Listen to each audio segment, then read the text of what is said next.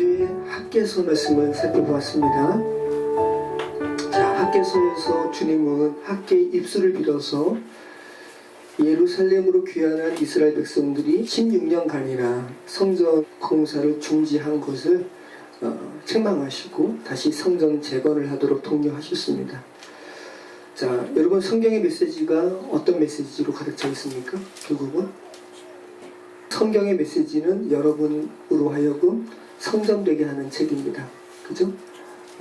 물리적 건물이 성전이 아니라 여러분이 성전이라는 것은 계속해서 말씀하시는 책이 성경인데, 학개서는 특별히 더더욱 읽는 이로 하여금 하나님의 집, 성전이 무엇인지를 설명하는 책이 바로 학개서였습니다. 특별히 초막절, 장막절과 관련된 배경으로 하나님의 집을 설명하고 있었습니다. 네.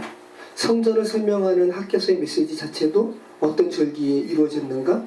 장막절기에, 네. 하나님의 집의 절기에 성전에 관한 학개서의 메시지가 선포되었다는 거 굉장히 의미심장하죠. 근데 오늘 스가랴서도 그렇게 마지막에 초막절에 대한 이야기가 나오죠. 자, 학개서의 배경이 되는 시기도 장막절기였고, 학개의 이름의 의미도 뭐였죠? 여호와의 절기. 그래서 아마 학개의 선지자가 여호와의 절기, 장막절기에 태어난 것은 아닐까, 학자들이 그렇게 또 추측을 하기도 하죠. 여러분, 스룹밥의 성전은 너무나 초라했습니다. 그리고 더욱이 스룹밥의 성전에 언약궤가 없었고요, 하나님의 영광을 상징하는 구름 기둥도 없었고, 우림과 둠림이라는 하나님의 그 공평을 말하는 그런 가시적인 것들이 없었습니다. 그것으로 인해서 유다인들이 슬퍼했는데, 자, 학개서는 반증하는 거죠. 진정한 여호와의 성전은 그런 가시적으로 여호와의 임재를 드러내는 것들, 여호와의 말씀에 새겨진 것들이 없는 게 맞아. 왜? 그것은 이미 너희 안에 있으니까. 우리 안에 이미 있는 것 또다시 우리 외부에 있을 필요가 없다는 것이죠. 학개서는 그 말씀하고 있었습니다. 학개서는 성전은 그 같은 우리 밖에 있는 어떤 물리적 공간이 성전이 아니라 김용화 성도님 자체가 성전임을 학개서는 말씀하고 있었습니다. 얼마나 놀라운 말씀입니까? 배수빈 성도 자체가 성전이에요. 굉장한 말씀이에요. 그죠? 그래서 우상 숭배자들은 이 말씀을 이해를 못하는 거예요. 말도 안 되는데 성전을 이렇게 의리의리하게 져야지. 성전이라는 이름도 붙이고요. 그죠? 그런 존재들이 우리 인간인데 하나님께서는 정확하게 말씀하시는 거예요. 그런 거 아니야. 너희가 성전이야. 그렇게 말씀하신다는 것이죠. 사람 성전이 더 영광스럽고 또 본질적인 성전임을 말씀하고 있었습니다. 특별히 학개서에서 기록된 성전 재건과 관련된 정확한 날짜의 기술이 참 특별했죠. 어떻게 이렇게 성전 재건과 관련해서 날짜가 정확하게 기록되어 있을까? 그 날짜의 기술은 주님께서 모든 영혼을 성전으로 짓고 계시는 것에 대해서 그만큼 관심 갖고 계시다. 하나님께서는 정확하게 아시겠죠. 그 인생 몇십 년의 세월 중에 어떤 시점에 자신의 성전됨을 깨닫고 하나님 앞에 부르짖었는지 하나님은 아시겠죠. 그죠? 자, 오늘 말씀 나누도록 하겠습니다. 스가랴는 학개보다 훨씬 젊은 사람이라고 학자들은 이야기합니다. 그리고 학개보다 훨씬 더 오랜 세월을 예언 사역에 임했습니다. 자, 스가랴라는 이름의 의미는 여호와께서 기억하신다, 또 여호와께서 기억하셨다, 그런 의미라는 것이죠.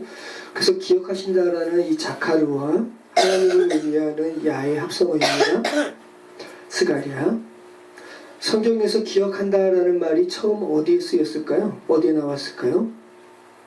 노아의 홍수의 기사에서 노아의 그 방주 안에 노아의 8 식구와 동물 이렇게 다 들어갔었죠.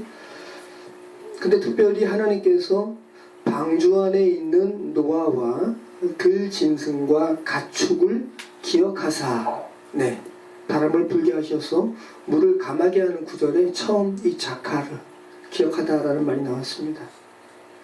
자, 노아와 노아의 가족만 기억하신 것이 아니라 가축과 들 짐승도 주께서 기억하셨다라는 것이에요. 참 이것이 참 특별하죠, 여러분. 한번 같이 읽어볼까요?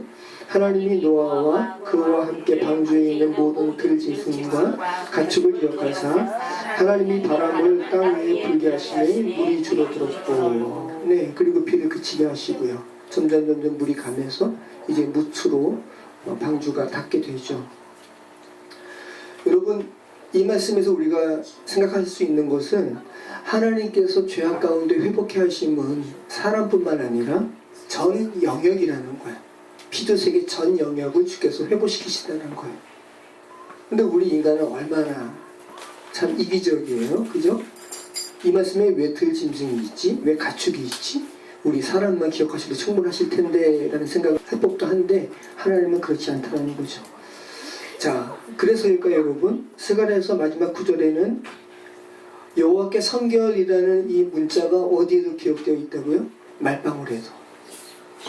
원래 여호와께 성결이라는 구절이 처음 어디에 새겨졌냐 하면 대제사장 아론의 그 머리에 쓰는 관에 여호와께 성결이라는 그런 글자가 새겨졌거든요. 그런데 그 여호와께 성결이라는 글자가 참 우리가 생각하기에는 말도 안 되는 말방울에까지 여호와께 성결.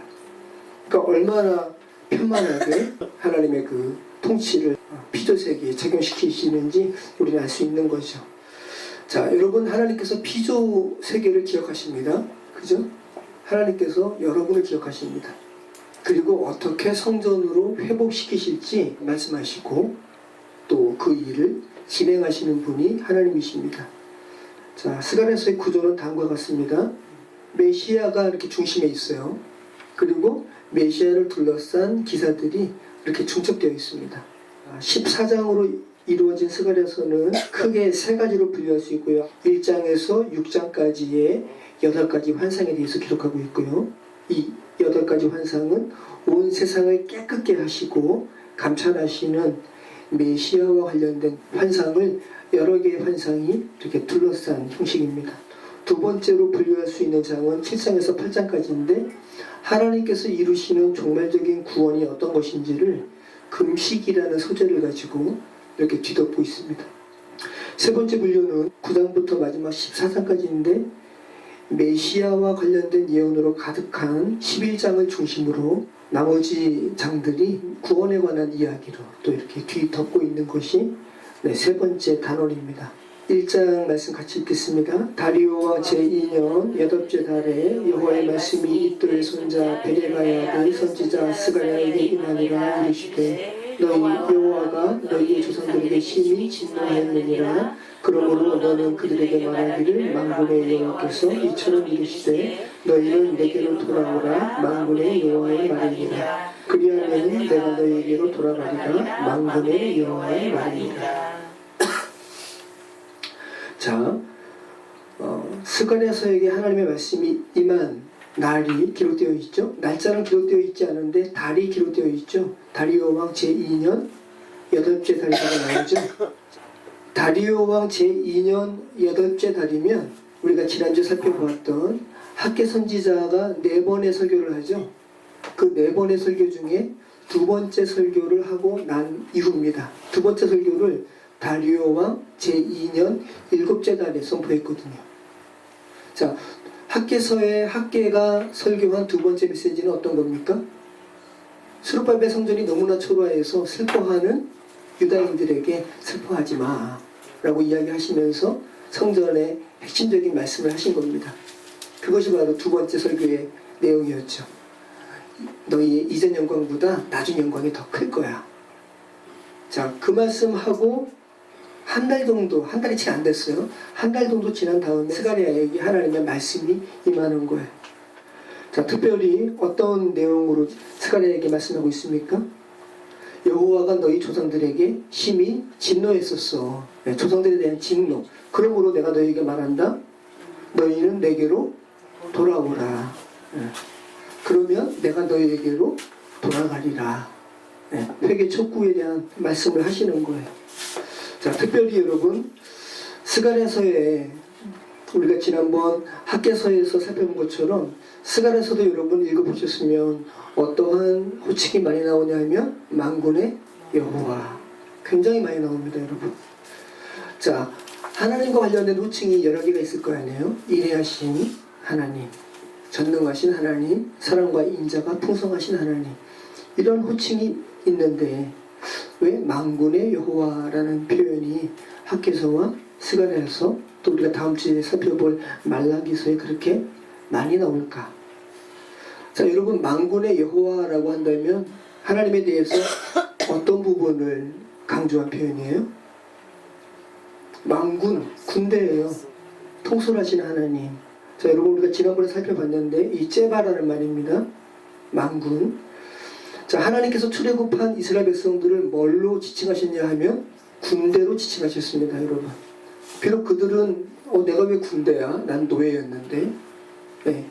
이집트에서 노예 생활을 했던 노예였지만 하나님께서는, 그리고 실제로 노예고요.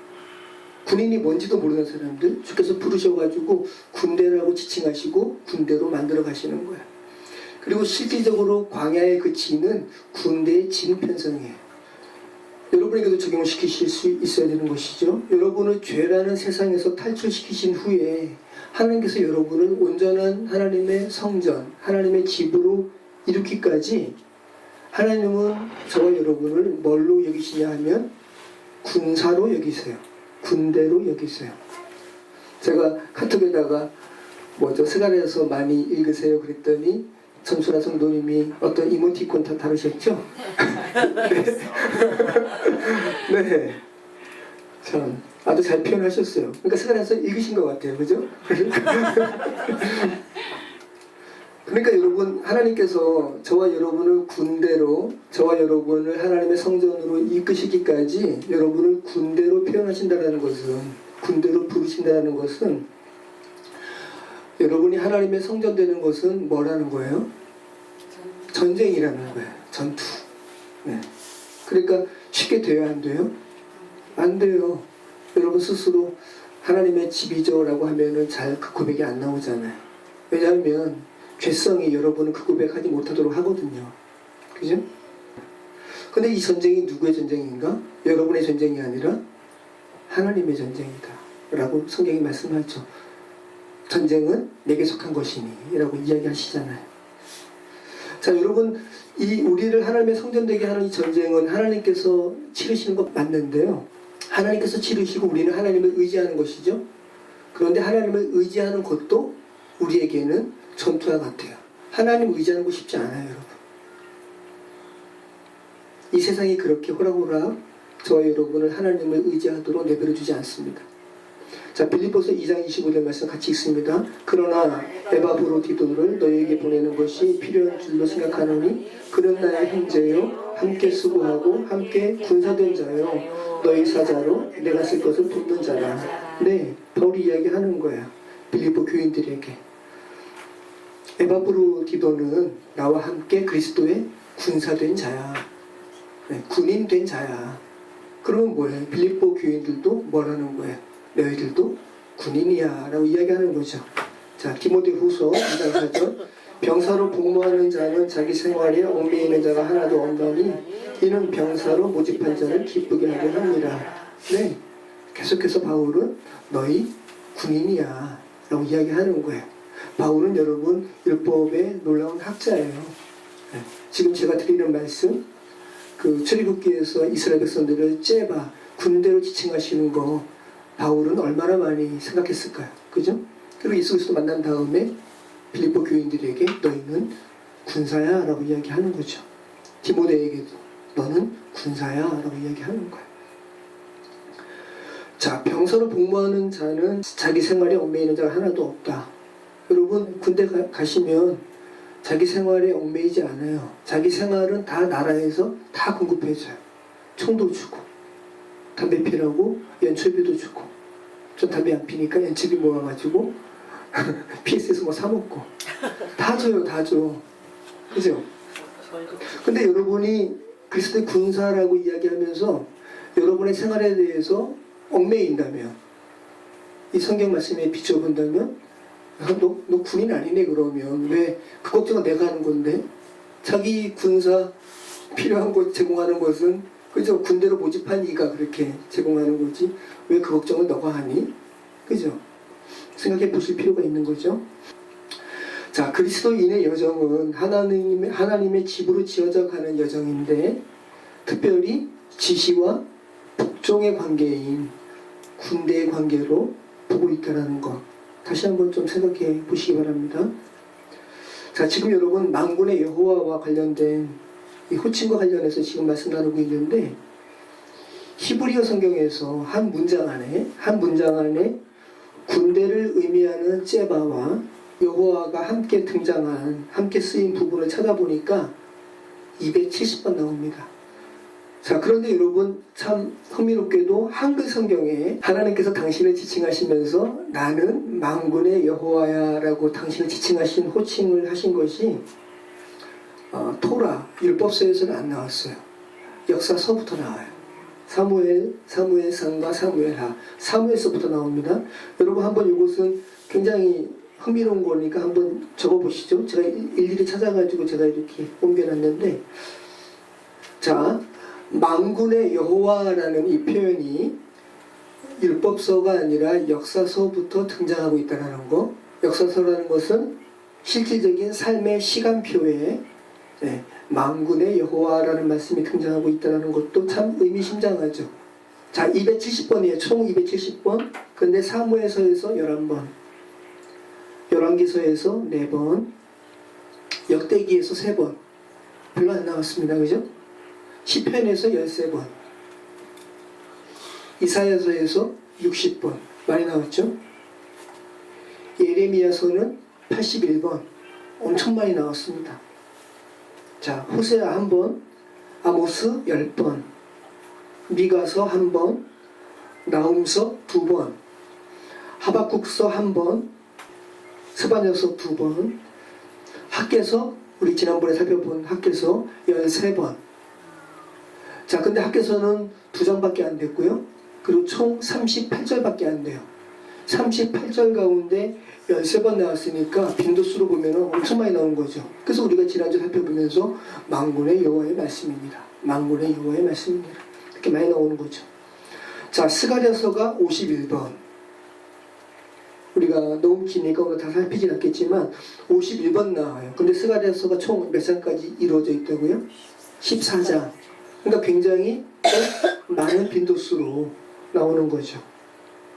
그리고 말라기가 다음 주에 살펴봅니다. 말라기가 4장까지 있죠. 네. 그런데 22번. 자, 여러분 이사야 60번, 예레미야 81번, 또 이렇게 등등해서 많지만, 여러분 이사야는 총 66장 중에 60번이니까 그 빈도수로 보면 많은 게 아니에요. 예레미야는 52장 중에 81번이니까 또 빈도수가 그렇게 많은 게 아니라고요. 그런데 학개와 오늘 스가랴와 다음에 살펴볼 말라기는 그 장수에 비해서 굉장히 많이 만군의 여호와라는 표현이 나오고 있다는 것이죠. 자, 개신교 성경의 구약의 마지막으로 갈수록 만군의 여호와라는 빈도수가 많다라는 거, 여러분 좀 생각해 보실 필요가 있고요.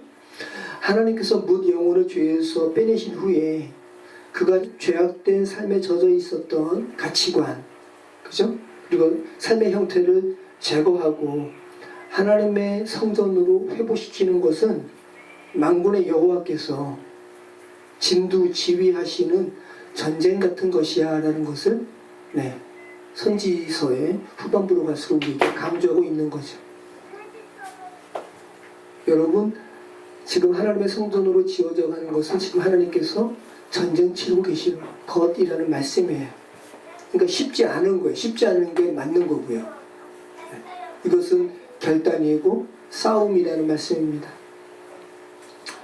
자, 우리 한번 살펴보도록 하겠습니다. 다리오 왕 제2년 11째 달 곧 스바롤 24일에 이뚜의 손자 베레가의 아들 선지자 스가랴에게 여호와의 말씀이 임하니라.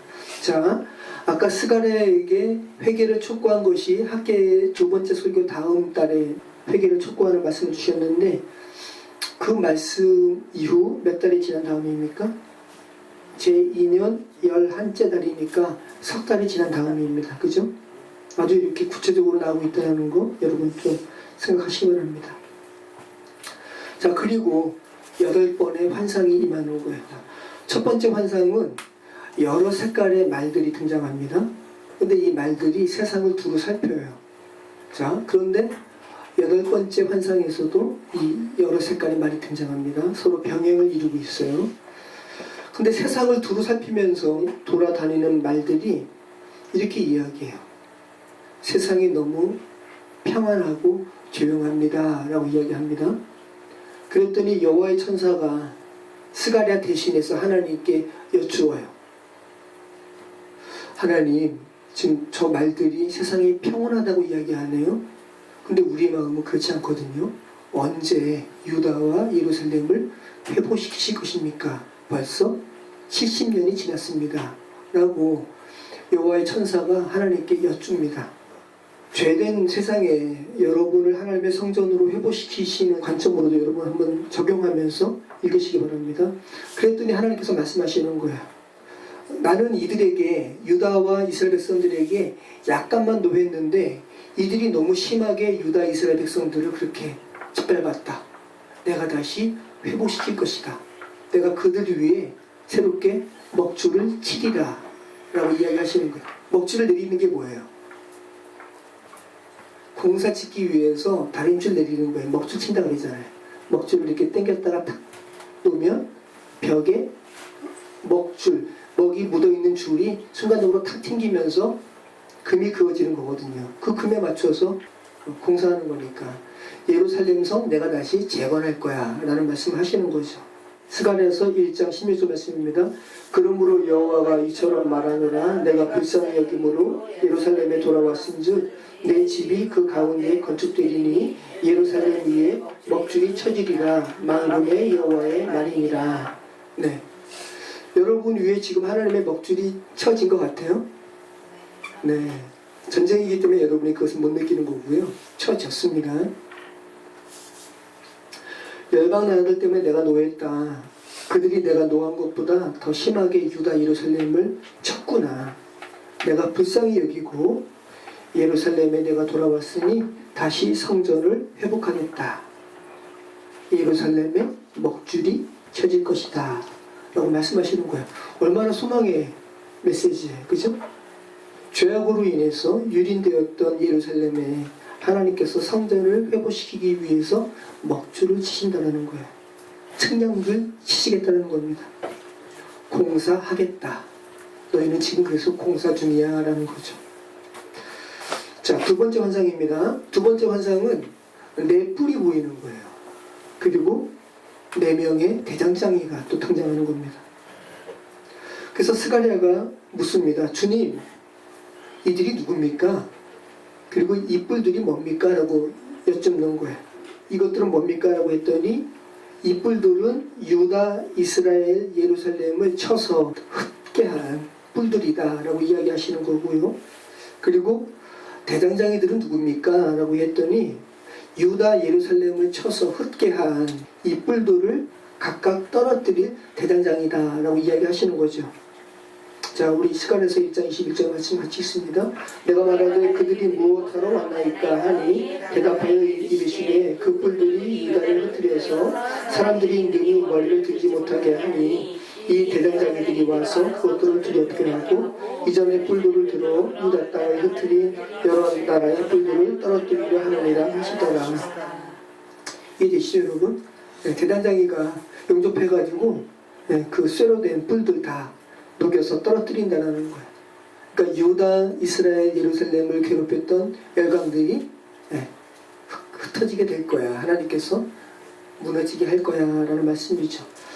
자, 그런데 이 4개의 뿔을 구체적인 나라로 우리가 좀 생각할 필요는 없습니다. 왜? 성경이 그 이야기 하고 있지 않으니까 우리가 억지로 적용시킬 필요가 없어요. 왜냐하면 이 4개의 뿔은 스가랴가 살고 있던 그 당시의 시대에만 적용되는 것이 아니기 때문에 그래요. 그럼 이 4개의 뿔은 여러분에게도 적용되는 거거든요. 그러면 여러분을 하나님의 성전 되지 못하게 방해하는 이러한 세력으로 상징되는 이 4개의 뿔들은 시대마다 다르겠죠. 그러니까 이렇게 꼬집어가지고 어떤 나라라고 할 필요가 없다는 거예요. 성경이 말하는 그냥 의미만 우리는 취하면 되는 것이죠. 하나님의 이 우리를 회복해 하시고 우리를 그렇게 힘들게 한 그 적에 대해서 주께서 이렇게 파멸시키시는 하나님의 완전하신 우리가 알 수 있는 것이 그 뿔의 수만큼 대장장이가 등장하죠. 뿔이 4개니까 대장장이도 4명이 등장하는 거예요. 얼마나 하나님의 은혜가 놀랍습니까? 자, 세 번째 환상은 예루살렘 성의 회복을 위하여 건축하는 측량줄을 잡은 천사에 대한 환상이 나옵니다. 한 천사가 측량줄을 손에 잡은 것이 스가랴 눈에 보이는 거예요. 스가랴가 그 천사에게 어디로 가십니까? 라고 물었더니 그 천사가 이야기하는 겁니다. 나 예루살렘의 길이와 너비를 측량하려고 지금 가고 있어. 그 성전 회복할 거니까 주께서. 나 그 성전 어떠한 폭으로 회복해야 되는지 내가 그거 측량하러 간다라고 이야기하시는 거예요. 그랬더니 다른 천사가 어떤 소년에게 이야기하는 거예요. 여기서 말하는 어떤 소년은 학자들은 스가랴를 이야기한다고 이야기해요. 젊은이에게. 스가랴가 굉장히 젊은 사람이라고 그렇게 이야기하는 거죠. 이렇게 이야기하라는 거예요. 다시 주께서 회복하실 예루살렘은 사람과 가축이 많아서 성곽이 없는 성읍이 될 거야. 사람과 가축이 많아서 성곽이 필요 없는, 성곽이 없는 성읍. 그러니까 그 주께서 회복시키시는 그 예루살렘 성의 지극히 큼에 대해서 이야기하는 거죠. 그죠? 성곽이 필요 없을 거야. 그리고 그 성곽은 친히 누가 되는지 알아? 하나님이 친히 되실 거야 라고 이야기하셔요. 자, 우리 스가랴서 2장 4절입니다. 같이 읽습니다. 이르되 너는 달려가서 그 소년에게 말하여 이르기를 예루살렘은 그 가운데 사람과 가축이 많으므로 성곽 없는 성읍이 될 것이라 하라. 여호와의 말씀에 내가 불로 둘러싼 성곽이 되며 그 가운데에서 영광이 되리라. 네, 하나님께서 친히 불로 둘러싼 성곽이 될 것이다 라고 이야기하시죠. 그러니까 하나님께서 완전하게 회복시키시고 또 회복시키신 그 예루살렘 성을 주께서 지키실 것임을 말씀하고 있는 거죠. 자, 그리고는 바벨론 성에 거주하는 시오나 피아라라고 말씀하신 후에 유다 이스라엘뿐만 아니라 많은 열국이 하나님께 속한 나라가 될 것임을 말씀하세요. 네, 우주적 복음이라는 거죠. 그렇기 때문에 여러분이 지금 하나님께 예배하는 거예요. 여러분이 뭐 유다인이에요? 여러분 한국인이죠. 자, 이방 민족이 하나님의 백성 된다라는 복음입니다. 자, 하나님의 궁극적인 목적은 유다 이스라엘을 넘어선 만민의 회복입니다. 당연한 것이죠, 여러분. 자, 스가랴서 2장 11절 그날에 많은 나라가 여호와께 속하여 내 백성이 될 것이요 나는 내 가운데 머물리라. 내가 만군의 여호와께서 나를 내게 보내신 줄 알리라. 여호와께서 장차 유다를 거룩한 땅에서 자기 소유를 삼으시고 다시 예루살렘을 택하시리니 모든 육체가 여호와 앞에서 잠잠할 것은 여호와께서 그의 거룩한 처소에서 일어나시니라 하라 하더라. 네. 자, 네 번째 환상과 다섯 번째 환상은 예루살렘 성을 재건하는 대제사장 여호수아 그리고 총독이죠. 스룹바벨을 들어서 궁극적으로 메시아를 예표적으로 드러내는 환상입니다. 스가랴가 보는 거예요. 그랬더니 대제사장 여호수아를 사단이 고소하는 거예요. 자, 여러분 사단 자체가 의미가 고소자입니다. 사단은 여러분 하나님께 여러분을 고소하는 자예요. 하나님 저 사람 구원시킬 수 없어요. 저 사람 얼마나 큰 죄졌는데.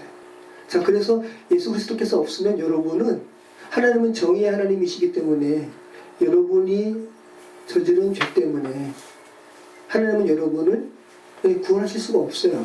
그런데 그 사단의 고소 어린 그 말 앞에 누가 중재합니까? 예, 예수님께서 중재하는 거예요. 하나님 맞습니다. 저 사단이 하는 말 맞습니다.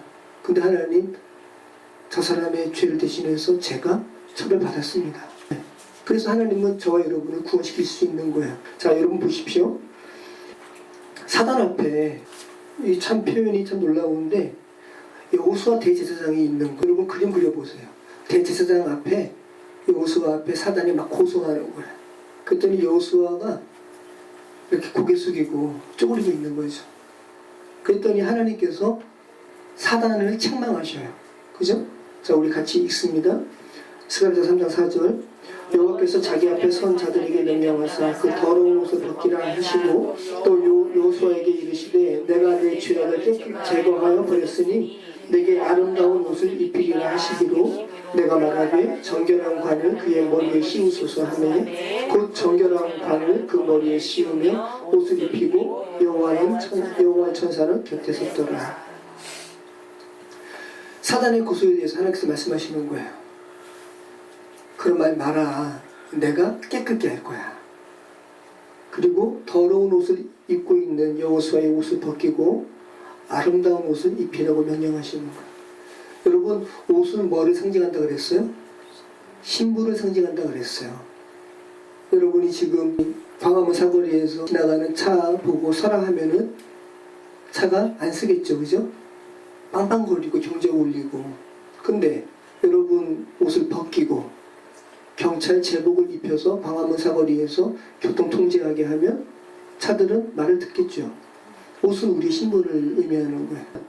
여호수아가 어떤 상태라고 지금 스가랴서에서 기록하고 있냐면 숲에 그을린 나무처럼 얼굴에도 막 검은 막 수치 묻어 있고요.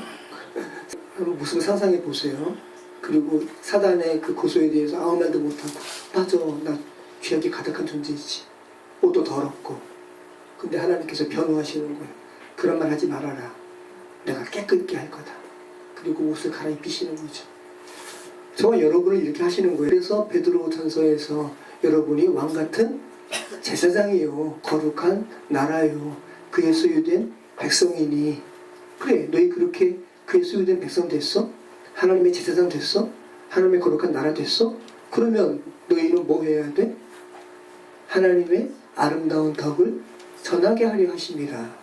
그냥 너희 혼자 누리는 게 아니라 내가 어떻게 해서 여호수아처럼 그렇게 수채 그을리고 그러한 처참한 존재였는데 주께서 나를 어떻게 회복시키셨는지 그 하나님의 아름다운 덕에 대해서 증거하라고 부르셨다는 것이죠. 자, 그리고 그렇게 여호수아에게 그렇게 깨끗하게 하신 이후에 여호수아에게 정결을 유지하는 조건에 대해서 이야기하세요. 하나님의 도와 규례 이제 지켜라 라고 말씀하세요. 그리고는 한 싹에 대한 예언을 하십니다. 그리고 대제사장 여호수아와 그의 동료의 의무는 하나님께서 나게 하신 하나님께서 나게 하신 싹을 예표하는 임무가 너희의 임무야. 자, 스가랴 3장 8절입니다. 대제사장 여호수아야, 너와 내 앞에 앉은 내 동료들은 내 말을 들을 것이므라. 이들은 예표의 사람들이라. 내가 내 종 싹을 나게 하리라. 개역 성경에는 순이라고 그랬죠. 자, 체마흐라는 말입니다. 가지라는 말이에요. 나무가 자라기 위해서 시작입니다. 그죠? 그래서 이 싹은 누구를 예표하는 거예요? 예수 그리스도. 그래서 예레미야서에서도 나오죠. 예레미야 23장 5절 여호와의 말씀이니라. 보라, 때가 이르리니 내가 다윗에게 한 의로운 가지를 일으킬 것이라. 그가 왕이 되어 지혜롭게 다스리며 세상에서 정의와 공의를 행할 것이며. 네, 다윗이 의로운 가지라는 게 아니라 다윗의 후손 중에서 육신적인 후손이죠. 여기에서 의로운 순이 나게 할 거야. 의로운 싹이 나게 할 거야. 누구셔요? 예수 그리스도.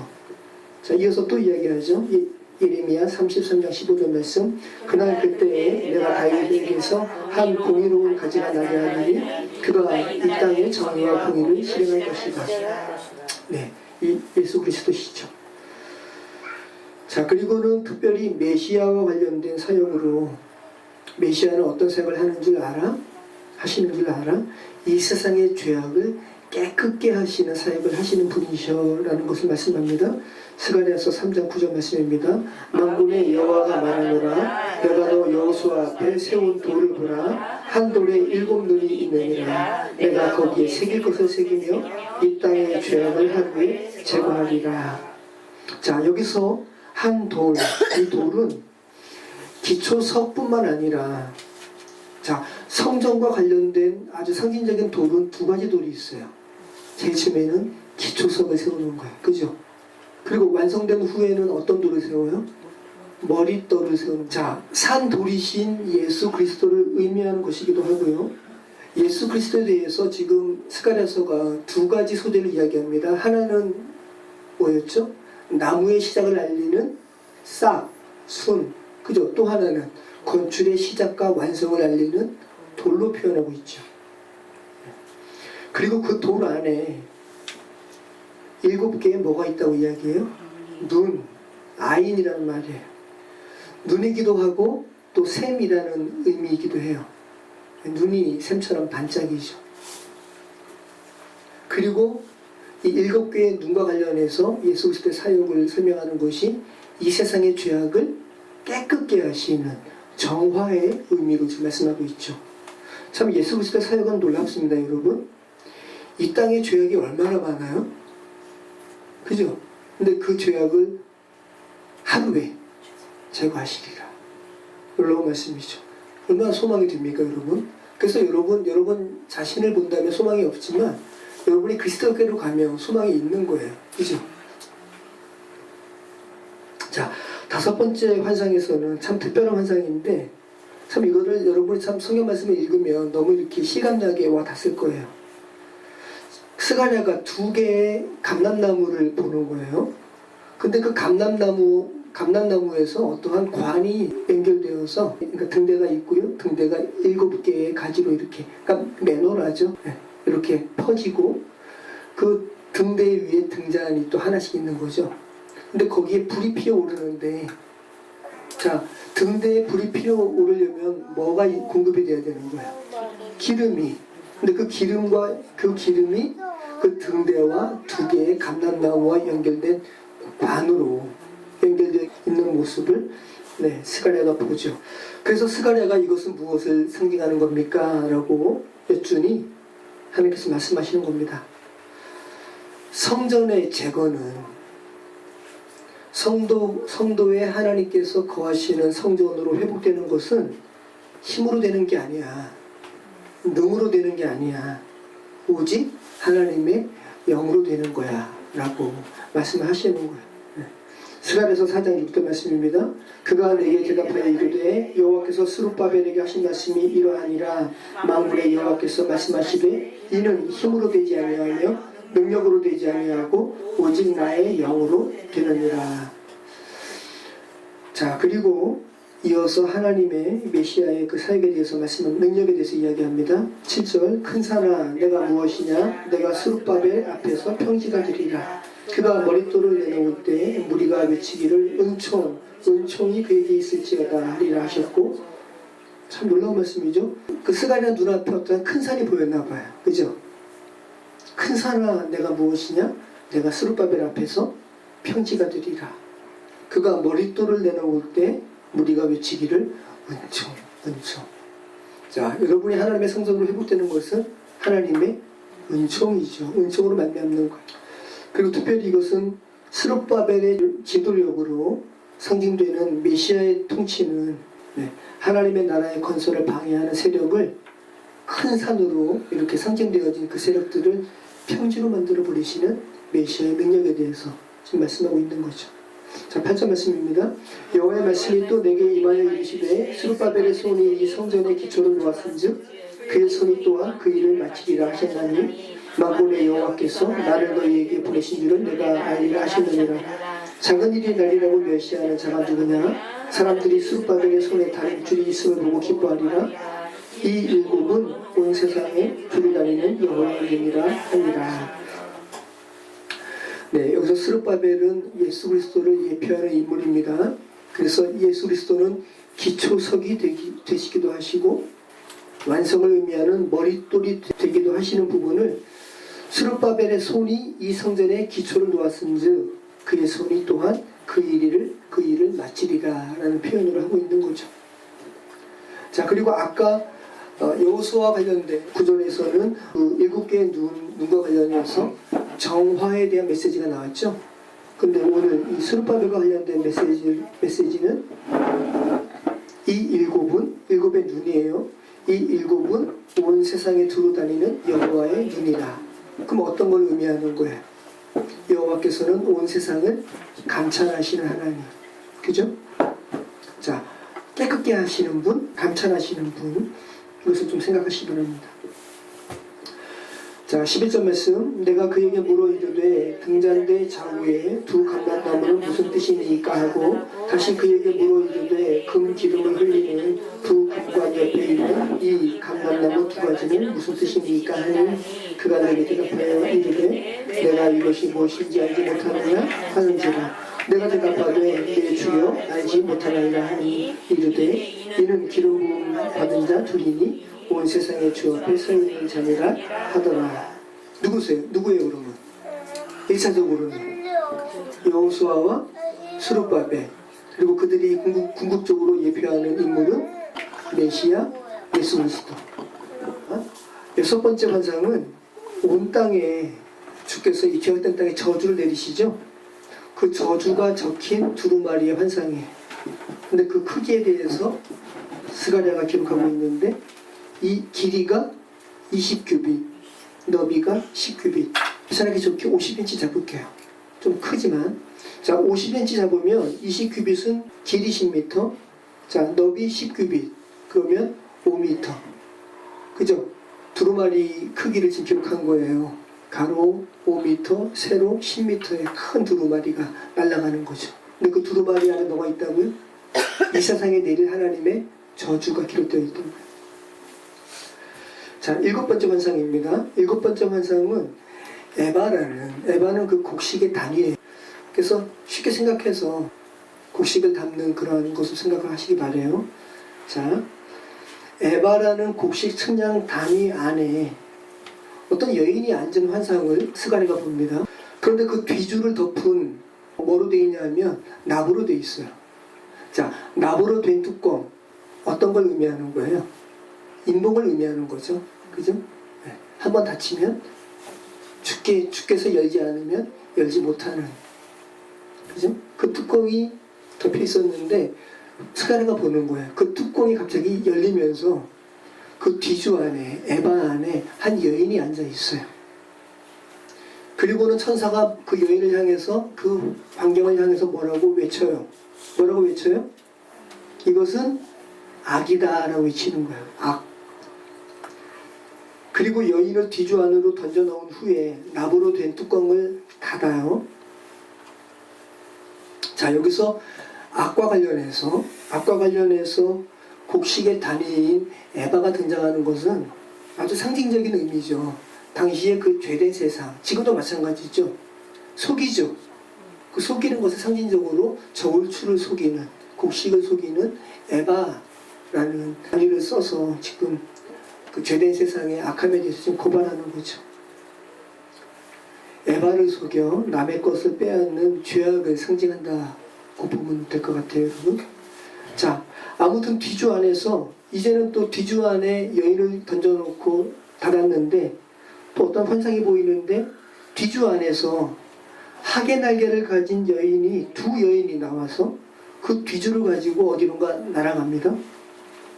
어디로 날아갑니까? 스가랴가 물었어요. 그랬더니 신할 땅으로 간다라고 이야기하는 거예요. 신할 땅으로 가서 거기서 집을 지으려 한다. 악이 거할 처소를 짓고 있다는 것이고요. 자, 신할 땅은 여러분 창세기 말씀에 바벨탑을 지은 사람들이 하나님께서 그 언어를 혼잡하게 하셔가지고 그 바벨탑 짓는 것을 멈추죠. 그리고 그들이 신할 땅으로 거주하였더라. 그래서 계속해서 아주 상징적으로 지리적인 바벨론 말고요. 그 성경은 계속해서 어떤 상징으로 악에 대한 대표적인 표현으로 바벨론을 이야기해요. 네, 신할 땅, 그런 악을 대표하는 땅으로 여러분이 이해하시면 될 것 같아요. 신할 땅으로 가서 그들이 거할 집을 지으려 한다. 자, 무슨 말씀입니까, 여러분? 악이 결국은 패퇴될 거야. 그 안에 갇혀버릴 거야. 그리고 메시아의 궁극적인 승리를 지금 말씀하고 있는 거죠.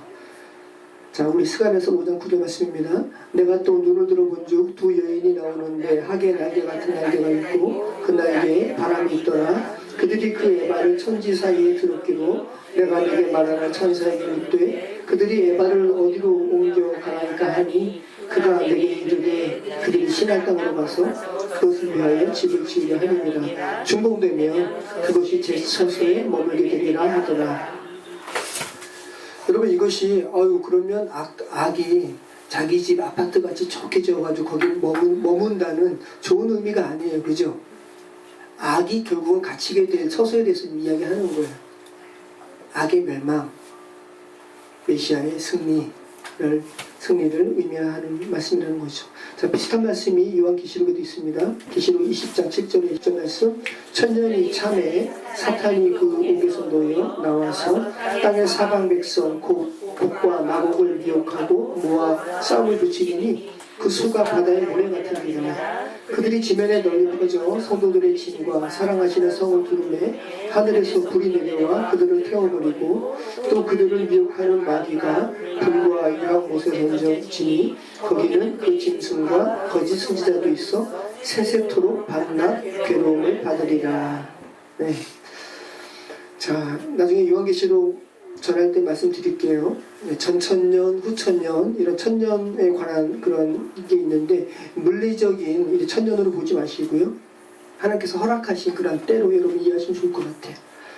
자, 이 기사를 여러분 물리적인 기사로 취하지 마시고요. 악이 어떻게 해서 실질적으로 파멸될 것인지 그리고 예수 그리스도께서 어떻게 궁극적으로 승리할 것인지 라는 말씀을 전하고 있다는 것으로 여러분 이해하시기 바랍니다. 우리가 여러분 에스겔서에서 살펴봤습니다. 여기서 지금 요한계시록에 어떤 나라가 나와요? 곡과 마곡이 나오죠? 곡과 마곡이 뭐예요? 그래서 세대주의자들 뭐 어떤 분들은 러시아 이야기하고 막 그래요. 근데 여러분 곡과 마곡은 에스겔서에서 취한 거예요. 에스겔서에서. 자, 에스겔서에서 우리가 악의 파멸에 대해서 이야기하시면서 실질적인 유다 주변의 열강들의 나라를 열거하시다가 마지막에 메시아의 궁극적인 승리와 악의 패퇴됨을 이야기하시면서 곡과 마곡이 나와요. 갑자기 곡과 마곡이라는 모호한 명칭이 악의 멸망과 관련해서 실질적이고 물리적인 나라의 이름을 열거하다가 갑자기 모호한 곡과 마곡이라는 이름이 열거된다고요. 그러니까 이것은 물리적으로 취하지 말라라는 거죠. 성경이 말하는 바는. 요한계시록도 그래서 에스겔서에서 그 곡과 마곡을 차용하고 있는 거죠. 자, 8번째 환상입니다. 아까 첫 번째 환상처럼 다시 여러 말들이 끄는 병거가 등장합니다. 자, 스가랴서 6장 1절. 내가 또 눈을 들어 본즉 내 병거가 두 산 사이에서 나오는데 그 산은 구리산이더라. 첫째 병거는 붉은 말들이, 둘째 병거는 검은 말들이, 셋째 병거는 흰 말들이, 넷째 병거는 나롱지고 건장한 말들이 메었는지라. 내가 내게 말하는 천사에게 물어 이르되 내 주여 이것들이 무엇이니까 하니 천사가 대답하여 이르되 이는 하늘의 내 바람인데 온 세상의 주 앞에 서 있다가 나가는 것이라 하더라. 검은 말은 북쪽 땅으로 나가고 흰 말은 그 뒤를 따르고 어룽진 말은 남쪽 땅으로 나가고 건장한 말은 나가서 땅에 두루 다니고자 하니 그가 이르되 너희는 여기서 나가서 땅에 두루 다니라 하매 곧 땅에 두루 다니더라. 그가 내게 외쳐 말하여 이르되 북쪽으로 나간 자들이 북쪽에서 내 영을 쉬게 하였느니라 하더라. 자, 북쪽에서 내 영을 쉬게 하였느니라 하더라. 무슨 말이에요? 하나님의 영이 쉬었대요. 근데 그 방향이 어디라고요? 북쪽. 자, 유다 이스라엘을 공격하고 멸망시킨 그 아수르와 바벨론을 이야기하면서 북쪽에서 공격했다고 합니다. 네, 그렇게 표현합니다. 성경은. 그래서 악이 있는 방향. 그 악이 있는 방향으로 어떤 말이 갔어요? 검은 말과 흰 말. 내가 또 눈을 들어본 즉 내 병거. 이 하늘의 내 영입니다. 내 병거가 어디에서 나왔어요? 두 산 사이에서 나오는데 그 산은 구리산이더라. 자, 그런데 여러분, 이 두 산 그리고 그 산은 구리산이라고 이야기하는 이 산이 어떤 곳인지 추측할 수가 있는데 하나님의 영을 의미하는 내 병거가 나온 그 두 산 사이에서 나왔다고 그러는데 이 두 산이 그럼 어떤 곳인가? 자, 여기 나오죠? 5절 말씀. 천사가 대답하여 이르되 이는 하늘의 내 바람인데 내 영인데 온 세상에 주 앞에 서 있다가 나가는 것이라. 자, 온 세상에 주께서 계신 곳에 있다가 내 영에 나갔다 그러죠. 그러니까 지금 내 병거가 두 산 사이에서 나온 이 구리산으로 된 이 두 산은 하나님께서 거하시는 처소라는 것을 우리는 5절 말씀을 통해서 우리는 연상할 수 있죠. 그죠? 그들이 나가서 그 중에서 두 마리의 말이 북쪽으로 가서 궁극적으로 악에 대한 승리를 거두었다는 거, 내 영을 쉬게 하였느니라. 안식이죠.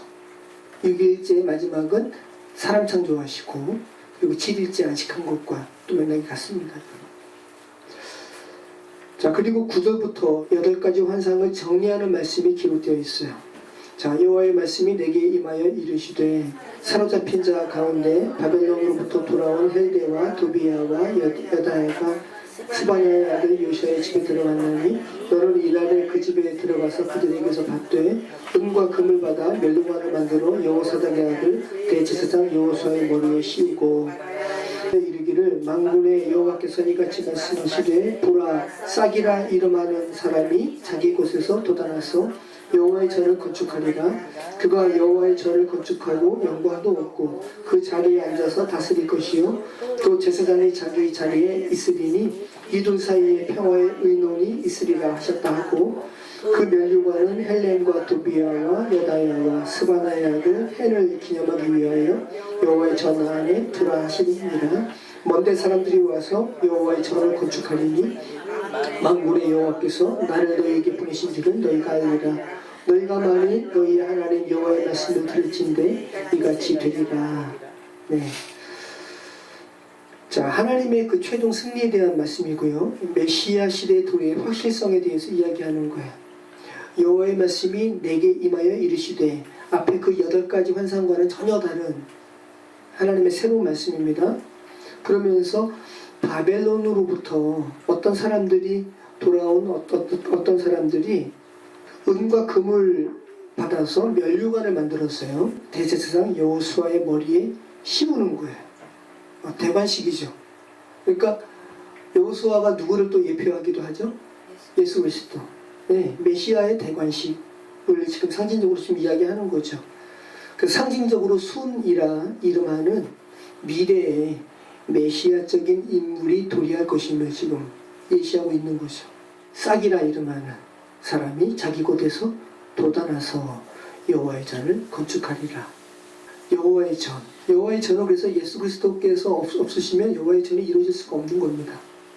여러분 안에 예수께서 계시면 여러분은 여호와의 전이죠. 제 2단원인데요. 갑자기 금식과 관련된 메시지가 나옵니다. 베델 사람들이, 베델은 또 뭐죠? 베델이 하나님의 집이에요. 네, 갑작스럽게 또 하나님의 집이라 칭하는 베델 사람들이 여호와의 제사장들과 선지자들에게 지금까지 우리가 5월에 금식하고 애통해 했는데 계속 우리가 금식하고 애통해 할까요? 라고 묻는 거예요. 그랬더니 하나님께서 말씀하십니다. 야, 너희가 지금까지 5월과 7월에 그렇게 금식하고 애통해 했는데 그 금식과 애통이 나를 위한 거니? 라고 책망하시는 거예요. 야, 그거 너희가 그냥 먹고 마신 거 아니야. 금식에 대해서 베델 사람들이 물었어요. 우리가 계속해서 금식할까요? 애통해야 할까요? 그랬더니 하나님께서 야, 너희가 하는 금식이 나를 위한 금식이니? 라는 이 말씀의 핵심은 뭐예요? 금식은 사람을 위한 것이 아니라 누구를 위한 거라는 거예요. 네, 하나님을 위한 것이고 하나님을 기쁘시게 하는 것이 금식의 근본 의미지라는 거죠. 이것이 7장 1절로 7절까지의 말씀이에요. 제가 드린 말씀이. 그리고 8절부터는 주의 백성은 금식에 대해서 물은 다음에 하나님께서 이렇게 말씀하시는 거예요.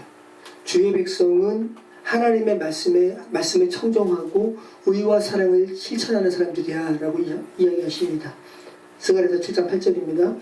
여호와의 말씀이 스가랴에게 임하여 이르시되 만군의 여호와가 이같이 말하여 이르시기를 너희는 진실한 재판을 행하며 서로 인애와 긍휼을 베풀며 과부와 고아와 나그네와 궁핍한 자를 압제하지 말며 서로 해하려고 마음에 도모하지 말라 하였으나 그들이 듣기를 싫어하여 등을 돌리며 듣지 아니하려고 귀를 막으며 그 마음을 금강석 같게 하여 율법과 만군의 여호와가 그의 영으로 이제 선지자를 통하여 전한 말을 듣지 아니하므로 큰 진노가 만군의 여호와께로부터 나왔도다. 자, 그래서 여러분 예레미야서 말씀에 있죠. 주께서 기뻐하시는 금식은 그냥 굶는 게 아니라, 그죠? 고아를 살피고 과부를 보호하고 이러한 기본적인 하나님의 나라의 윤리에 대해서 말씀하셨어요. 이것이 금식이지. 주께서 기뻐하시는 금식. 지금 똑같은 맥락으로 지금 말씀하시는 거죠. 자, 그리고 8장에서 이같이 패역한 시온과 예루살렘을 회복시키시겠다는 종말적인 선포를 하셔요. 자, 스가랴 8장 1절입니다. 만군의 야훼께서 나에게 말씀을 내리셨다. 나 만군의 야훼가 말한다. 시온을 생각만 해도 역겨워지는구나. 속이 화끈거리며 타오른다. 나 만군의 야훼가 말한다. 내가 시온으로 돌아가 예루살렘 안에서 살리라. 그리 되면 예루살렘은 미쁜 도읍이라 불리고 만군의 야훼의 산, 거룩한 산이라고 불리리라. 나 만군의 야훼가 말한다. 수도 예루살렘 장터마다 할아버지 할머니들이 지팡이를 짚고 모여와 앉아 쉬는 모습이 다시 보이고 이 도읍 장터마다 사내와 아이 계집아이들이 울거리며 뛰놀게 되리라. 나 만군의 야훼가 말한다. 그날이 오면 이런 일이 살아남은 이 백성의 눈에도 신기하겠지만 내 눈에도 신기하리라. 만군의 야훼가 이르는 말이다. 네, 제가 이 죄악으로 가득한 땅 시온과 예루살렘 생각만 해도 하나님께서 역겹다라고 말씀하셨어요. 그런데 그 유다와 예루살렘 내가 회복시킬 거야 라고 말씀하시면서 예루살렘 장터마다 할머니 할아버지들이 지팡이를 짚고 모여와 앉아 쉬게 될 거야. 그리고 사내 아이 여자아이들이 우글거리며 뛰놀게 될 거야. 완전한 회복의 성읍이 될 거란 말씀이죠. 그런데 여러분, 죄를 절감하는 이들이 생각하기에는 이런 일이 정말 너무나 신기한 거죠. 어떻게 이런 일이 도래하는 거지? 그런데 야, 너 눈에 신기하니? 내 눈에도 신기하다. 그죠? 하나님의 이 구원의 완전함에 대해서 이렇게 표현을 하고 계신 거죠. 자, 그리고 8장 18절부터 금식에 관해서 물었죠. 베델 사람들이. 자, 금식에 관한 대답을 하나님께서 하세요. 베델 사람들이 주님 저희가 계속 애통해야 하고 금식해야 할까요? 라고 질문했던 것을 여러분 기억하신다면 지금 이렇게 하나님께서 유다 예루살렘 성읍을 회복시키셨잖아요. 그러면 하나님께서 기뻐하시는 금식에 대한 그 하나님의 마음이 온전히 이루어지는 때죠. 그죠? 그러니까 금식이 필요해요? 필요치 않아요? 필요치 않죠. 자, 스가랴서 8장 18절 말씀입니다. 만군의 여호와께서 나에게 말씀을 내리셨다. 나 만군의 여호와가 말한다. 유다 가문은 사월에도 단식하고 5월에도 단식하고 7월에도 단식하고 10월에도 단식해왔다.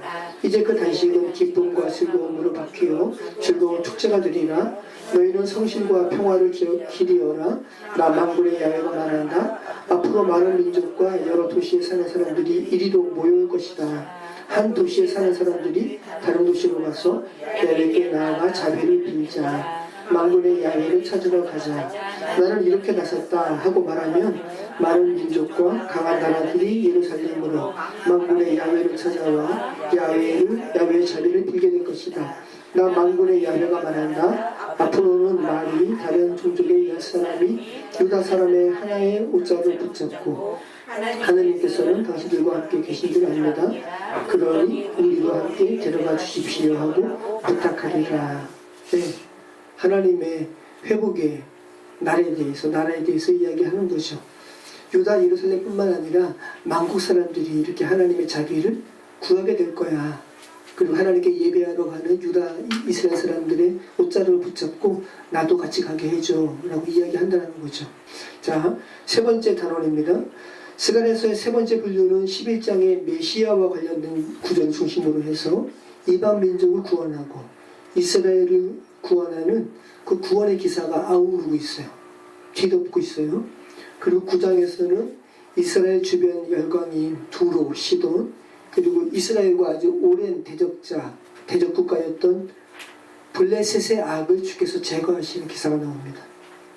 참 우주적인 복음이라는 거죠. 그리고 급기야 그들이 하나님께로 돌아와서 유다의 한 지도자같이 되리라 라는 기사가 있어요. 얼마나 놀라운 말씀입니까? 자, 스가랴서 9장 6절입니다. 아스돗에는 잡족이 거주하리라. 내가 블레셋 사람의 교만을 끊고 그의 입에서 그의 피를 그의 입 사이에서 그 가증한 것을 제거하리니 그들도 남아서 우리 하나님께로 돌아와서 유다의 한 지도자같이 되겠고 에그로 사람 여부스 사람같이 되리라. 내가 내 집을 둘러 진을 쳐서 적군을 막아 거기에 왕래하지 못하게 할 것이라. 투악한 자가 다시는 그 지경으로 지나가지 못하리니 이는 내가 눈으로 친히 봄이라. 아스돗은 블레셋 사람의 5성읍 중 하나입니다. 아스돗에는 잡족이 거주하리라. 내가 블레셋 사람의 교만을 끊고 블레셋의 죄성을 끊고 라는 말이죠. 자, 블레셋에 대한 하나님의 징벌은 블레셋으로 하여금 교만을 꺾게 한 거죠. 그러니까 블레셋을 지금 깨끗게 하신 거예요. 블레셋을 정확히 하신 거예요. 그렇기 때문에 블레셋에서 유다처럼 한 지도자가 나오는 거죠. 스가랴서 3장 9절 말씀과 같죠. 만군의 여호와가 말하노라. 내가 너 여호수아 앞에 세운 돌을 보라. 한 돌에 7눈이 있으니 정화에 대한 메시지였죠. 내가 거기에 새길 것을 새기며 이 땅의 죄악을 하루에 제거하리라. 아까 그 말씀이죠. 자, 에그로는 블레셋의 최북방 도시예요. 이스라엘을 괴롭혔던 이 블레셋, 죄 많은 도시 블레셋의 에그로는 여부스 종족처럼 될 거야. 여부스는 원래 가나안 종족이었는데 미리 이스라엘과 화평조약을 맺어서 예루살렘 안에 이스라엘 사람들과 함께 살았죠. 지금 블레셋이 그렇게 될 거야 라고 말씀하고 있는 거예요. 내가 내 집을 둘러 진을 쳐 적군을 막아 거기 왕래하지 못하게 할 것이야. 포악한 자가 다시는 예루살렘에 지나가지 못하게 될 거야 라고 말씀하십니다. 자, 9절부터는 겸손하신 메시아에 대한 예언이 기록되어 있습니다. 스가랴서는 너무 놀라운 말씀이에요. 스가랴서 9장 9절 시온에 따라 크게 기뻐할지어다 예루살렘에 따라 즐거이 부를지어다 보라 내 왕이 내게 임하시나니 그는 공의로우시며 구원을 베푸시며 겸손하여 나귀를 타시나니 나귀의 작은 것 곧 나귀 새끼니라. 내가 에브라임의 병거와 예루살렘의 말을 끊겠고 전쟁하는 활도 끊으리니 그가 이방 사람에게 화평을 전할 것이요 그의 통치는 바다에서 바다까지 이르고 유브라데 강에서 땅끝까지 이르리라. 예수님께서 예루살렘 입성하실 때 십자가 지시기 전에 뭐 타고 입성하셨어요? 나귀 타고 입성하셨어요. 얼마나 우스꽝스러워요. 건장한 어른이 나귀 새끼를 타고 오시는 거예요. 겸손한 모습이죠. 근데 여러분, 죄된 사람들은 뭐를 타요? 말을 타는 거예요. 말을. 그래서 스가랴서에서도 그 얘기 나오죠. 내가 에브라임의 병거와 예루살렘의 뭐를 끊겠고? 말을 끊겠고. 그죠? 에브라임은 이스라엘을 이야기하는 거예요. 예루살렘은 유다 이야기하는 거고. 자, 스가랴서 9장 11절 말씀. 또 너로 말할진대 내 언약의 피로 말미암아 내가 내 갇힌 자들을 물없는 구덩이에서 놓았나니 갇혀있으나 소망을 품은 자들아 너희는 요새로 돌아올지니라. 내가 오늘도 이르노라. 내가 내게 갓전이나 갚을 것이다. 내가 내 갇힌 자들을 물없는 구덩이에서 놓았나니. 자, 물없는 구덩이에 누가 빠졌어요? 요셉이 빠진 거예요. 물없는 구덩이에 빠진 것은 뭐를 의미하는 거예요? 소망 없는 걸 얘기하는 거예요. 소망 없는 거. 죄된 세상에 지금 예수 그리스도를 모르는 사람들은 소망이 없어요. 자, 그러나 12절 말씀 갇혀있으나 소망을 품은 자들아 너희는 요새로 돌아올지니라 라고 말씀하시는 거죠. 여러분은 갇혀있으나 소망을 품으신 자들이죠. 그래서 지금 하나님의 회복의 그 진행 가운데 계신 겁니다. 자, 스가랴서 10장 1절 봄비가 올 때에 여호와 곧 구름을 일게 하시는 여호와께 비를 구하라. 무리에게 소낙비를 내려서 밭의 채소를 각 사람에게 주시리라.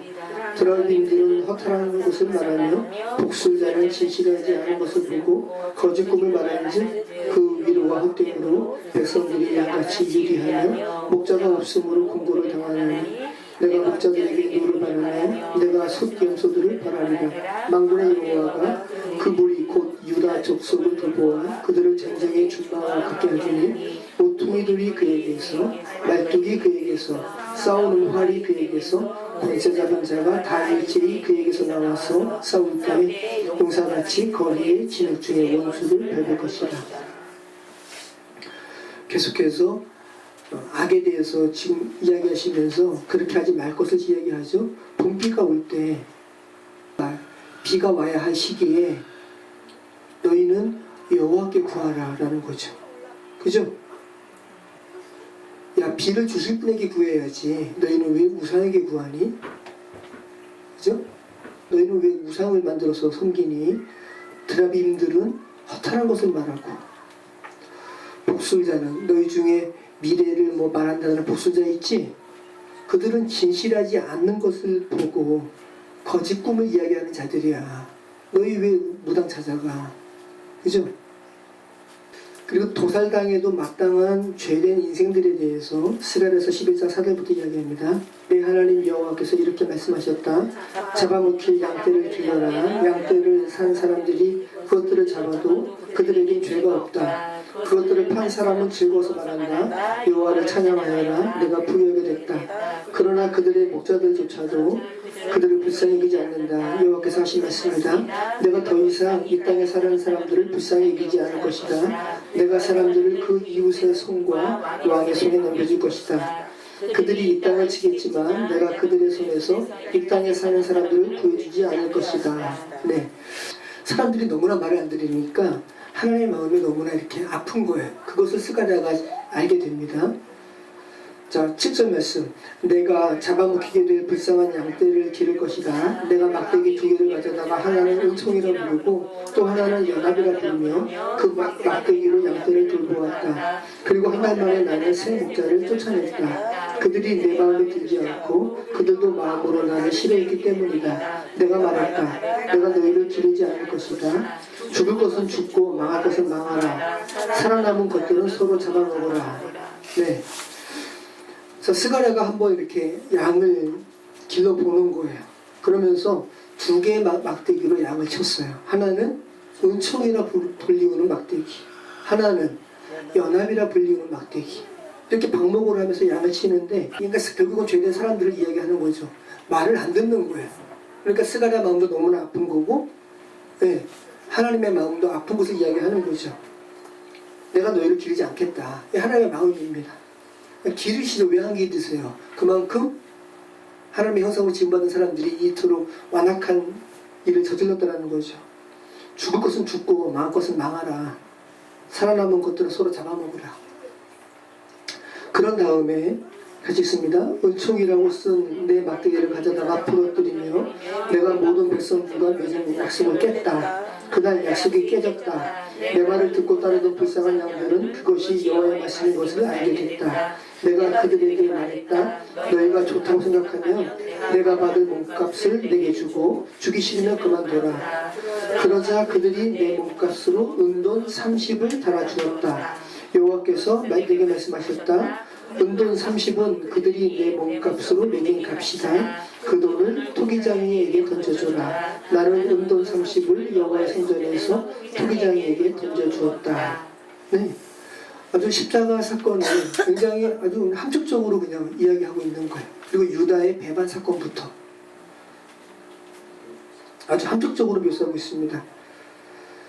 하도 말을 안 들으니까 스가랴가 궁극적으로는 하나님이시죠. 은총이라고 쓴 막대기를 가져다가 부러뜨렸어요. 나 은총 베풀지 않을 거야. 그리고 하나님께서 하나님의 백성들과 맺은 약속들을 다 깼다고 말씀하십니다. 근데 하나님은 약속 깨지 않으시죠. 그죠? 네. 사람들도 하여금 깨닫게 하시는 거예요. 그랬더니 그때서야 내 말을 듣고 따르던 불쌍한 양들이 그것이 여호와의 말씀인 줄 알게 됐다.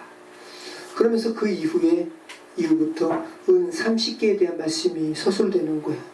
가룟 유다가 예수님을 은 30개에 팔았죠. 그리고 죄책감에 고민하다가 대제사장들이 있는 사내들인으로 가가지고 그 은 30개를 던졌어요. 얼마나 죄책감이 있으면. 그랬더니 대제사장들이 가룟 유다에게 뭐라 그러냐 하면, 그러니까 이게 사단이 이렇게 악한 거라고요. 죄를 이렇게 할 때는 막 속삭이죠. 달콤한 것으로 속삭여요. 근데 막상 그 죄를 사람들이 저지른 다음에 그 죄에 대해서 하소연할 때는 난 몰라. 너가 행한 것이니 네가 당하라 그러죠. 그리고 가룟 유다가 그 은 30을 던져놓고 자결하는 거예요. 자, 그런데 대제사장들이 가룟 유다가 던진 그 은 30을, 이게 있으면 예수 그리스도를 죽인 값이잖아요. 성전고에 두는 것이 마땅하지 않다 하고 뭐를 샀어요? 토기장이의 밭을 산 거예요. 그리고 그 토기장이의 밭을 이르러서 사람들이 뭐라 그러냐 하면 피밭이라 불렀습니다. 피밭이 뭐예요? 아겔가마. 그 피밭을 뭘로 삼았어요? 나그네의 묘지로 삼았어요. 네. 자, 사라, 막벨라 굴, 나그네의 묘지 다 연결되는 부분이 있습니다. 자, 이어서 메시아의 대속의 죽음과 그 사실을 알게 된 이들이 그리스도의 죽음에 대해서 슬퍼하는 기사를 스가랴가 쓰고 있어요. 스가랴서 12장 10절 말씀입니다. 내가 다윗의 집과 예루살렘 주민에게 은총과 강구하는 심령을 부어주리니 그들이 그 찌른 바 그를 바라보고 그를 위하여 애통하기를 독자를 위하여 애통하듯 하며 그를 위하여 통곡하기를 장자를 위하여 통곡하듯 하리로다. 그날에 예루살렘에 큰 애통이 있으리니 무기떡을 짜니 하다드림 문에 있던 애통과 같을 것이다. 온 땅 족속이 따로 애통하되 다윗의 족속이 따로 하고 그들의 아내들이 따로 하며 나단의 족속이 따로 하고 그들의 아내들이 따로 하며 레위의 족속이 따로 하고 그들의 아내들이 따로 하며 시므의 족속이 따로 하고 그들의 아내들이 따로 하며 모든 남은 족속도 각기 따로 하고 그들의 아내들이 따로 하리라. 자, 그리스도의 죽음에 대해서 슬퍼하는 거예요. 그죠? 이 슬퍼함이 지금 모든 사람들이 각각 그렇게 슬퍼하게 될 것이다 라는 말씀을 하고 있는 거죠. 내가 다윗의 집에 예루살렘 주민들에게 진정으로 하나님께 은총과 간구하는 심령을 부어주게 될 거야. 그러면서 그들이 그 찌른 바 그를 바라보고 그를 위하여 애통하기를. 그래서 여기서 그들이 그 찌른 바 그를 바라보고 라고 할 때 우리말에는 그 3인칭 궁극적으로는 예수 그리스도죠. 그런데 이제 원문의 의미는 그들이 찌른 바 나를 바라보고 라는 의미예요. 원문은, 히브리어 원문은 그들이 찌른 바 나를 바라보고 그들이 이렇게 애통해야 한다 라는 말씀입니다. 여기서 이 그들이 그 찌른 바라고 번역된 이 다카르라는 말은요, 뚫다, 꿰뚫다, 그리고 관통하다라는 말이에요. 자, 이 스가랴서 말씀이 바로 구약 성경에서 다카르라는 말이 마지막에 쓰인 거예요. 자, 여호와의 죽음, 예수 그리스도의 우리를 위한 대속의 죽음을 기록할 때 다카르라는 말이 마지막에 쓰였고요. 가장 처음 쓰인 것은 뭐냐 하면 민수기 25장에 이스라엘 사람들이 미디안 족속, 그러니까 이방 족속과 막 교제하고 뭐 하여튼간 혼란한 거죠. 그래서 미디안의 그 악한 습성이 막 유입이 되고, 그런 부분에서 민수기 25장 8절에 이스라엘 남자 중에 한 사람이 미디안 여자를 데리고 와요. 그리고 이스라엘 사람들에게 인사시키고 막사 안으로 들어갑니다. 그러니까 동침하는 거죠. 그랬더니 아론의 손자예요. 비느하스가 창을 들고 그 막사 안으로 들어가가지고 그 두 사람을 창을 찔러서 꿰뚫어 버립니다. 이때 다카르가 처음 쓰였어요. 자, 여러분, 이 다카르라는 말이 구약에서 한 8번밖에 안 나왔는데 가장 처음 쓰인 것이 결국은 하나님의 사람이죠. 비느하스가 그 이스라엘 백성들을 죽이게 하는 그저 그 죄를 가지고 유입하게 한 사람들을 관통하는 그 구절에 다카르라는 말이 쓰였고요. 그리고 그 다카르라는 말이 마지막으로 쓰인 것은 하나님께서 친히 우리 죄를 대신해서 자신이 그렇게 죽임당하는 구절에 다카르라는 말이 마지막으로 쓰였다는 거. 굉장히 의미심장하죠, 여러분. 비느하스가 그 두 사람을 죽인 후에 이스라엘의 연병이 그쳤고요. 그 연병 때문에 24,000명이 죽었다고 민수기 말씀이 기록을 하죠. 자, 스가랴서 13장 1절 말씀입니다. 이제 우상이 끊어지게 되고 정결케 되는 것에 대해서 이야기합니다. 그날에 다윗의 백성과 예루살렘에 사는 사람들의 죄와 더러움을 깨끗하게 씻을 수 있는 셈이 열릴 것이다. 만군의 여호와께서 말씀하셨다. 그날에 내가 우상들의 이름을 이 땅에서 없애버리고 그것들이 더 이상 기억도 되지 않게 할 것이다. 내가 또 이 땅에서 거짓 예언자들과 더러운 귀신을 없애버릴 것이다. 만약 누가 아직도 예언을 한다 하면 그를 낳은 부모라 할지라도 그에게 말할 것이다. 내가 여호와의 이름으로 거짓말을 하니 너는 죽어야 마땅하다 하며 그가 예언을 할 때 그를 낳은 부모가 그를 칼로 찌를 것이다. 그날의 모든 예언자가 자기가 예언하는 환상을 부끄러워할 것이다. 예언자들은 사람들에게 예언자처럼 보이기 위해서 걸치는 털옷을 입으려고 하지 않을 것이다. 그들이 이렇게 말할 것이다. 나는 예언자가 아니라 농부다. 내가 젊어서부터 멋스런 노릇을 했다. 네. 우상이 끊어지게 되는 부분, 사람들이 우상 섬기면서 거짓으로 예언하고, 그죠? 더러운 귀신들을 없애버릴 것이다. 만일 누가 아직도 예언한다고 하면 그를 낳은 부모라 할지라도 너가 여호와의 이름으로 지금 거짓말한다 라고 말을 한다는 거죠. 계속 예언하면 내가 너 죽일 것이다 라고 하는 죄악의 깨끗하게 정화됨에 대해서 지금 말씀하고 있는 겁니다. 자, 13장 7절에는 메시아 고난에 대한 말씀이 또 나오고 있어요. 만군의 여호와께서 하신 말씀이라. 가라, 깨어 일어나 내 목자를 쳐라. 내 짝이 된 사람을 쳐라. 목자를 쳐라. 그러면 양들이 흩어질 것이다. 나는 흩어진 작은 것들이 위해 내 손을 들일 것이다. 여호와께서 하신 말씀이라. 온 땅의 3분의 2는 멸망할 것이고 3분의 2는 거기 남아있을 것이다. 3분의 2를 내가 불 속에 던져 넣어서 은을 재련하는 사람처럼 재련하는 것처럼 그들을 단련할 것이다. 금을 시험하는 것처럼 그들을 시험할 것이다. 그들이 내 이름을 부르면 내가 그들에게 대답할 것이다. 나는 그들에게 너희는 내 백성들이라 라고 말할 것이고 그들은 여호와는 우리 하나님이시다 라고 말할 것이다. 네. 자, 내 짝이 된 사람을 쳐라. 내 목자를 쳐라. 그러면 양들이 흩어질 것이다. 이 스가랴서 말씀인데 예수님께서 살해드린 사람들을 끌고 자신을 붙잡을 때 제자들이 도망쳤죠. 이 스가랴서 말씀을 인용하셔가지고 말씀을 하세요. 제가 기록을 안 했는데 마태복음 26장 31절 말씀입니다. 그때 예수께서 제자들에게 이르시되 오늘 밤에 너희가 다 나를 버리리라. 기록된 바 내가 목자를 치리니 양의 떼가 흩어지리라 하였느니라. 이 스가랴서 말씀을 예수님께서 인용하시죠. 자, 14장 말씀에는 구원의 날에 대한 묘사가 있습니다. 14장 6절입니다. 그날에는 빛이 없겠고 광명한 것들이 떠날 것이다. 여호와께서 아시나 한 날이 있으리니 낮도 아니요 밤도 아니라 어두워할 때 빛이 있으리로다. 그날의 생수가 예루살렘에서 솟아나서 절반은 동해로 절반은 서해로 흐를 것이다. 여름에도 겨울에도 그러하리라. 여호와께서 천하의 왕이 되시리니 그날에는 여호와께서 홀로 한 분이실 것이요 그의 이름이 홀로 하나이실 것이라. 온 땅이 아라바 같이 되되 개바에서 예루살렘 남쪽 리몬까지 이를 것이며 예루살렘의 눕혀들이여 그 본처에 있으리니 베냐민 문에서부터 천문자리와 성 무퉁이 문까지 또 하나님의 망대에서부터 왕의 포도주 땅까지나 사람이 그 가운데에 살며 다시는 저주가 있지 아니하리니 예루살렘에 평안이 서리로다. 구원의 날입니다. 그날에는 온 땅이 아라바같이 되되라는 거죠. 네. 팔레스타인의 저지대 총칭을 아라바라고 이야기한다고 해요. 자, 그날에 온 땅이 아라바같이 될 것이다.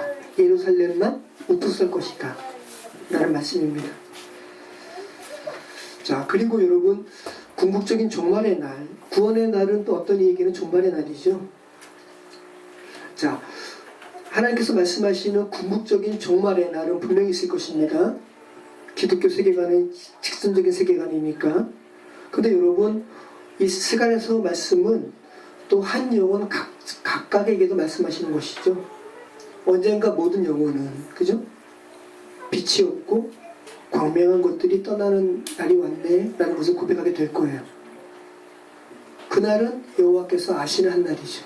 참 신비로운 말씀이죠. 여호와께서 아시고 그날 이르면 자기가 아는 거예요. 그죠? 굉장히 신비롭게 표현하고 있는 거예요. 그날은 어두워갈 때 빛이 임하는 날이야. 그날은 여호와께서 천하의 왕이 되시는 날이야. 생수가 예루살렘에서부터 솟아나는 날이야. 그 생수가 동해로 서해로 흐르는 날이야. 예루살렘이 모든 땅 위에 우뚝 서는 날이고, 그 예루살렘에 거주하는 사람에게 다시는 저주가 없는 곳이야 라는 하나님 나라의 완전성에 대해서, 구원의 날에 대해서 말씀하고 있습니다. 억울하게 죽는 사람의 아픔이 없는 곳이야 라는 거죠. 억울한 죽음이, 그죠? 말이 없는 곳이 돼야죠. 하나님 나라가 친히 임하시는, 친히 통치하시는 곳입니다. 스가랴서 14장 16절 말씀 보면 예루살렘을 역전하게 하시는 하나님에 대해서 나옵니다. 예루살렘을 치러 왔던 이방 나라들 중에 남은 자가 해마다 올라와서 그 왕 만군의 여호와께 경배하며 초막지를 지킬 것이라. 땅에 있는 족속들 중에 그 왕 만군의 여호와께 경배하러 예루살렘에 올라오지 아니한 자들에게는 비를 내리지 아니하실 것인지, 만일 애굽 족속이 올라오지 아니할 때에는 비 내림이 있지 아니하리니 여호와께서 초막지를 지키러 올라오지 아니하는 이방 나라들의 사람을 치시는 재앙을 그에게 내리실 것이라. 애굽 사람이나 이방 사람이나 초막절을 지키러 올라오지 아니하는 자가 받을 벌이 그러하니라. 그날에는 말 방울에까지 여호와께 성결이라 기록될 것이라. 여호와의 전에 있는 모든 소치 제단 앞 주발과 다름이 없을 것이니 예루살렘과 유다의 모든 소치 만군의 여호와의 성물이 될 것인즉 제사드리는 자가 와서 이솥을 가져다가 그곳으로 고기를 삶으리라. 그날에는 만군의 여호와의 전에 가나안 사람이 다시 있지 아니하리라.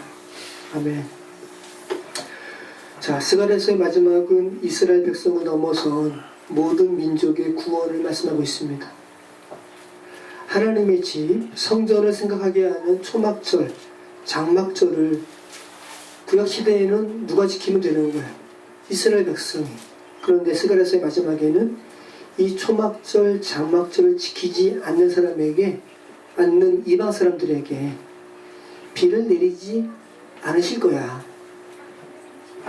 자, 초막절을 지키지 않는 이방 사람들에게 비를 내리지 않으실 것이라는 말씀은 그들로 하여금 그들을 하나님의 성전 되게 하는 날을 생각하게 하는 초막절의 의미를 알게 하려는 하나님의 초청의 메시지죠. 너희 하나님의 집으로 삼기를 하나님께서 원하시오라는 말씀인 것이죠. 그날은 말 못하는 말에게 달린 말방울에도 여호와께 성결이라는 글귀가 새겨질 거야. 여호와께 성결이라는 글귀가 대제사장 아론의 관에 쓰여졌던 것을 여러분 기억하신다면, 그죠?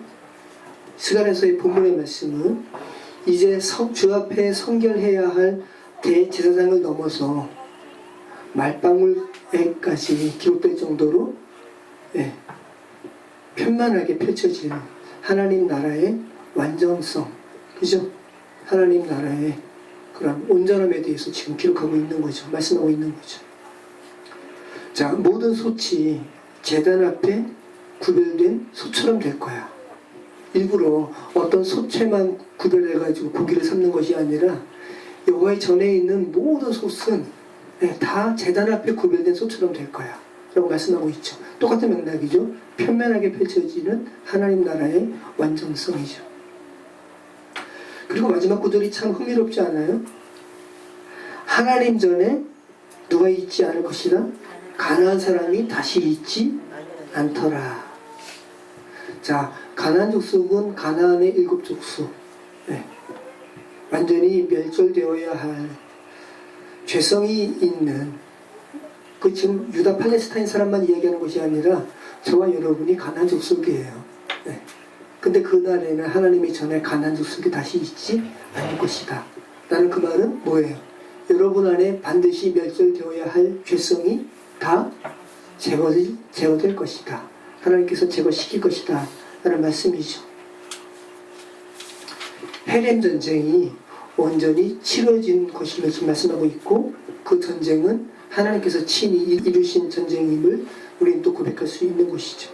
전쟁이 그쳤다라는 것을 말씀하고 있는 겁니다. 하나님께서 승리하셨기 때문에. 자, 스가랴서의 마지막 말씀이 하나님의 성전이 온전하게 이루어진 상태를 만군의 하나님 여호와의 전에 가나안 사람이 없다라는 것으로 맞춰주고 있다는 거 여러분 기억하시기 바랍니다.